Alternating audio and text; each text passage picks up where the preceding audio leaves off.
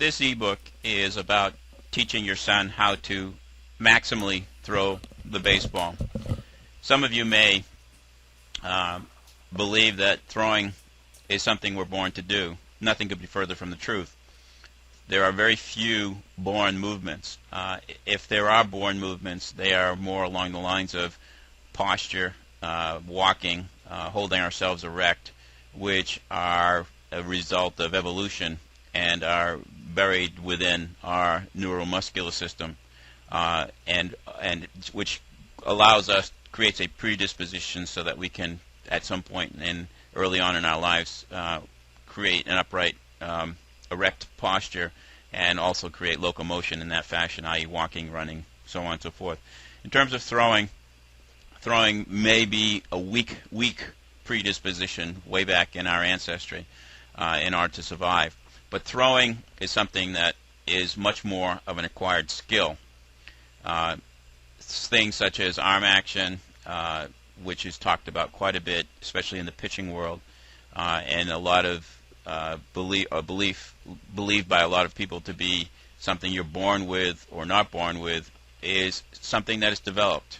Arm slot, elbow slot, however you want to look at it, is something that is developed as we go along.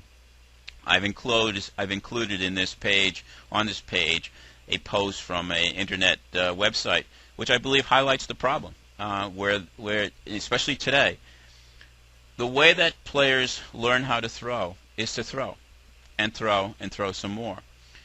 Developing any kind of movement, even movement that may be predisposed to some degree genetically or biologically, such as walking and posture, is learned through a trial and error process.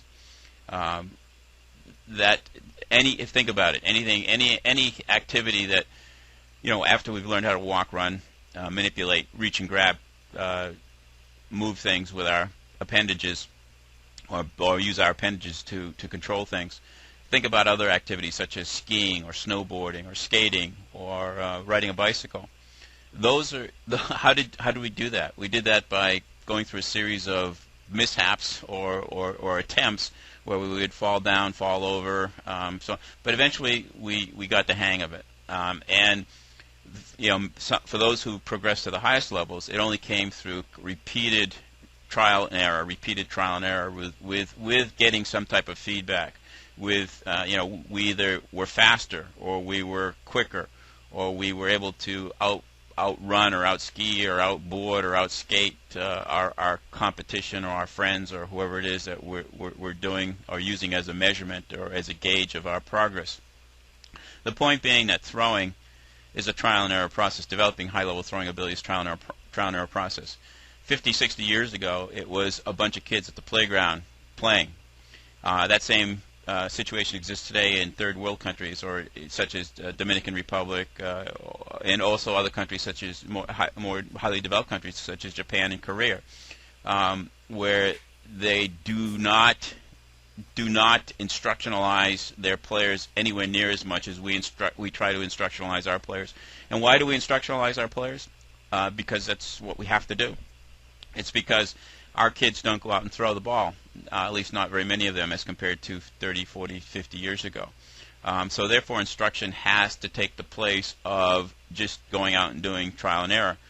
I've said many times before, too many times before, that instruction is nothing more than attempting to minimize the amount of unproductive trial and error. There still has to be trial and error. All that we can hope to do with instruction is to minimize the amount of unproductive trial and error. And the way that we try to do that with instruction is to provide good information. And unfortunately, good information regarding your throwing is almost non-existent. It is passed off, I guess that's the best term for it, as pitching mechanics. But there's very, very few instruction. If you go out and do an internet search under the term throwing mechanics, you'll find that there's virtually nothing out there with respect to throwing mechanics. You'll find something on long toss, and you may find a few other things. But almost everything leads to, even though it shows up as a throwing mechanics or throwing search, almost inevitably leads after the first couple paragraphs or mentions into a pitching, or it's part of a pitching mechanics.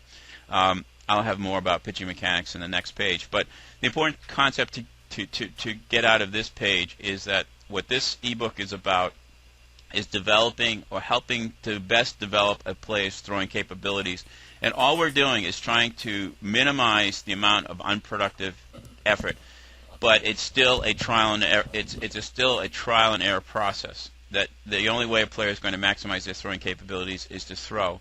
All I can do with this ebook is to help you through the minefield that is called pitching mechanics. I mean, I suspect that many of you are buying this because you have a son who wants to pitch, or you envision him as being a pitcher. How many times have we heard the term strong arm?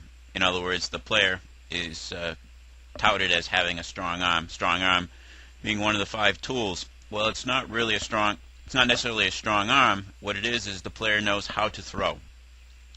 This ebook emphasizes throwing. It emphasizes throwing in the form of, more specifically, throwing off the mound. Even though it emphasizes throwing off the mound, the throwing is applicable to all positions. There's no difference between how a player throws from the hole at shortstop versus how the player should be throwing off the mound. So as you go through this ebook, please make sure that you understand that this is about throwing. Even though the emphasis is going to be about throwing off the mound, the principles are the same, whether it's shortstop, whether it's catcher, whether it's outfielder. If you answered the question asked on this page, what do these pitchers have in common with they know how to throw the expletive out of the ball, you are 100% correct. Next page, please.